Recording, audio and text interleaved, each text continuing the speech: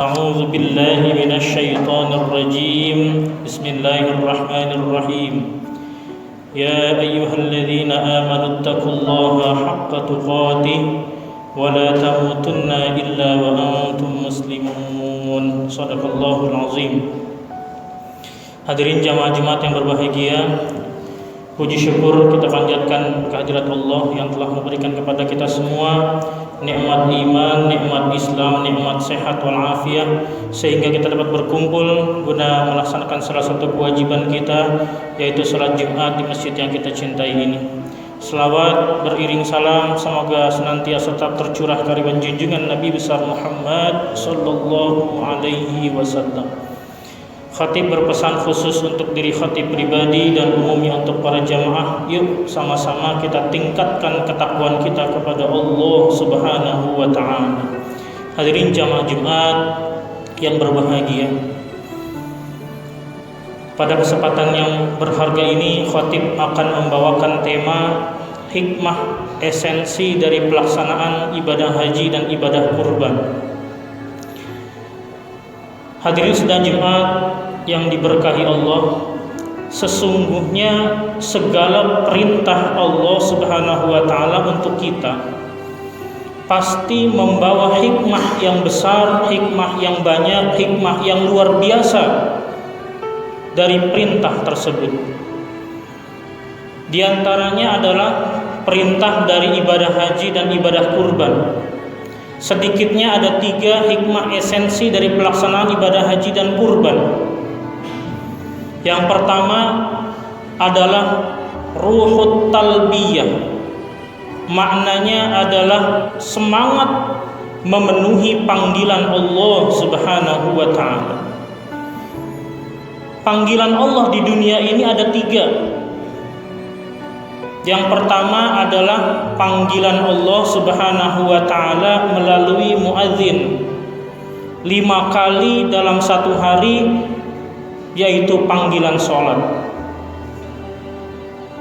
Yang kedua adalah panggilan Allah Subhanahu wa ta'ala dalam pelaksanaan haji.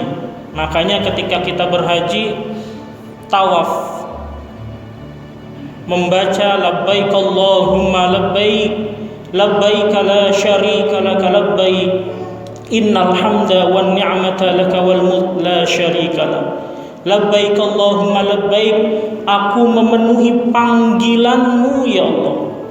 Ini panggilan yang kedua. Panggilan yang ketiga adalah panggilan Allah Subhanahu wa ta'ala melalui malaikat Israel yang dikenal dengan panggilan kematian atau panggilan maut. Maka dari ketiga panggilan ini kita sebagai hamba Allah harus merespon dengan sebaik-baiknya sebagai wujud bukti cinta dan mahabbah kita kepada Allah Subhanahu wa ta'ala. Maka perintah sholat, panggilan sholat, jangan pernah kita meninggalkan sholat 5 waktu.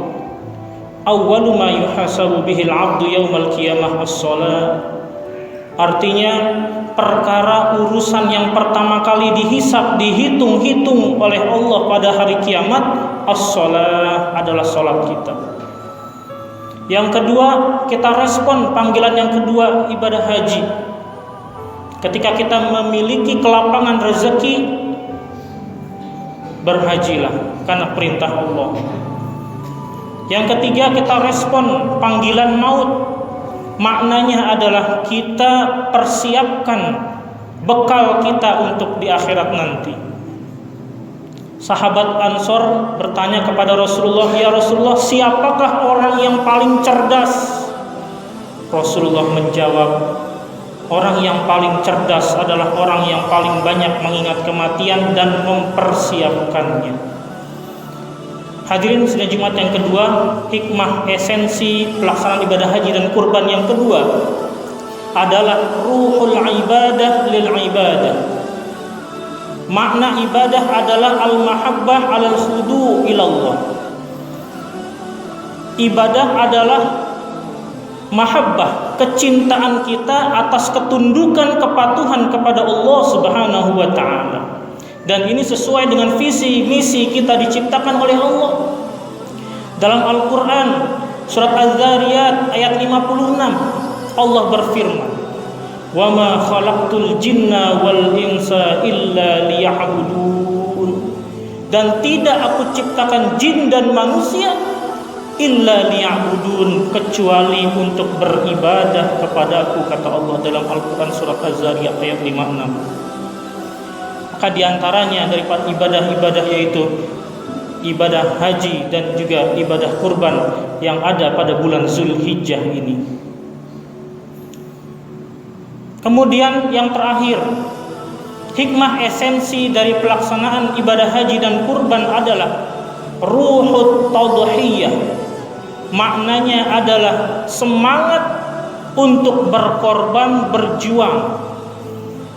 Allah Subhanahu wa taala berfirman di dalam Al-Qur'an surat At-Taubah yang 41, "Wajahidu bi amwalikum wa anfusikum fi sabilillah." Artinya, wajahidu, dan berjihadlah, berjuanglah, berkorbanlah, bi amwalikum, dengan harta kalian, wa anfusikum, dan jiwa kalian, diri kalian, fi sabilillah, di jalan Allah. Oleh karenanya ibadah haji dan ibadah kurban adalah salah satunya adalah jihad, perjuangan dengan harta. Karena ibadah haji kurang lebih 35 juta. Ibadah kurban kambing paling kecil 2 sampai 3 juta. Yang sedang 4 sampai 5 juta, yang besar 6 sampai 7 juta. Perjuangan dengan harta kita. Sapi atau kerbau paling kecil 20 juta, ada yang 30 juta, bahkan sapi limosin 100 juta. Wajahidu bi amwalikum, berjuanglah, berkorbanlah dengan harta kalian, kata Allah. Dan perjuangan yang besar menghasilkan, mendapatkan pahala yang luar biasa besar di sisi Allah ketika dilakukan semata-mata lillah. Rasulullah Shallallahu Alaihi Wasallam bersabda dalam hadis yang diriwayatkan oleh Abu Daud, qala bi kulli sya'ratin hasanatun. Kata Rasulullah, dalam setiap rambutnya hewan kurban itu hasanatun, terdapat satu kebaikan. Qalu fasufu ya Rasulullah. Sahabat nanya, lantas bagaimana dengan bulu-bulu yang kecil-kecilnya ya Rasulullah? Qala bikulli sya'ratin minas sufi hasanatun. Dan setiap bulu-bulu kecilnya terdapat satu kebaikan. Jujur saya tidak sanggup menghitung bulu-bulu kecilnya. Jangankan bulu kecilnya, rambutnya saja saya tidak mampu. Luar biasa Allah memberikan ganjaran pahala bagi orang yang berkurban. Masya Allah. Berikutnya Rasulullah Shallallahu Alaihi Wasallam bersabda dalam hadis yang diriwayatkan oleh Imam Hakim, Ibnu Majah, dan Tirmizi. Rasulullah bersabda, wa innahu la ya'ti yaumal qiyamah bikuruniha wa azlafiha wa ash'ariha. Rasulullah bersabda, wa innahu, dan sesungguhnya hewan-hewan kurban kalian, baik kambing, sapi, kerbau, unta, layak yaumal qiyamah, nanti akan datang di hari kiamat sebagai saksi, bikuruniha, dengan tanduk-tanduk mereka, wa azlafiha, dengan kuku-kuku mereka, wa ash'ariha, dengan rambut-rambut mereka.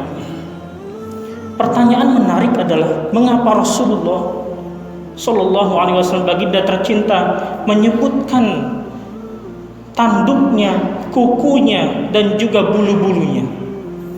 Kenapa tidak menyebutkan daging-dagingnya? Makna di dalam redaksi hadis ini adalah bahwa sesuatu yang diremehkan oleh manusia, tidak dihargai oleh manusia, maka tidak ada sop kuku, tidak ada yang memakan sop tanduk, bahkan kulit ketika ingin dijadikan kikil ataupun dijadikan yang lainnya, bulu-bulunya dihilangkan, tidak dihargai, tidak berharga di mata manusia. Tapi di mata Allah Subhanahu wa taala, kuku-kukunya, wa asy'ariha, bulu-bulunya, wa bikuruniha, tanduk-tanduknya bernilai, berharga, dimuliakan di sisi Allah Subhanahu wa taala. Masya Allah. Maka luar biasa ganjaran orang-orang yang berkurban ini. Dan masih ada kesempatan hari ini tanggal 10 Zulhijjah dan tanggal 11 Zulhijjah hari Sabtu, tanggal 12 Zulhijjah hari Minggu, dan terakhir tanggal 13 Zulhijjah masih boleh berkurban hari Senin sampai dengan terbenamnya matahari. Maka bagi yang memiliki kelapangan, berkurbanlah karena keutamaannya luar biasa di sisi Allah Subhanahu wa taala. Dan bagi yang belum ada rezeki tahun ini, tabunglah satu hari 10.000, maka 30 hari 30 kali 10.000 300.000 kali 1 tahun 12 bulan 3.600.000 dapat 1 kambing. Masya Allah, kita niatkan lillahi ta'ala. Mudah-mudahan kita bisa menanamkan yang pertama ruhut talbiyah, semangat kita memenuhi panggilan Allah, panggilan sholat, panggilan haji, dan juga panggilan maut dengan mempersiapkan bekal. Yang kedua adalah ruhul ibadah lil ibadah, kita semangat tingkatkan ibadah kita untuk kita nanti bekal di akhirat. Yang ketiga adalah ruhut tadhiyah, semangat kita berjuang, berkorban dengan harta dan jiwa kita fi sabilillah di jalan Allah Subhanahu wa taala. Mudah-mudahan Allah panjangkan umur kita, Allah sehatkan badan kita, Allah angkat penyakit COVID-19 ini dari Indonesia khususnya dan dari dunia umumnya. Allah Subhanahu wa taala, Allah ampuni dosa-dosa kita, dan mudah-mudahan Allah berikan kepada kita rizki yang halalan, thayyiban, mubarakan, katsira, dan mudah-mudahan nanti kelak kita dikumpulkan di jannahnya Allah Subhanahu wa taala.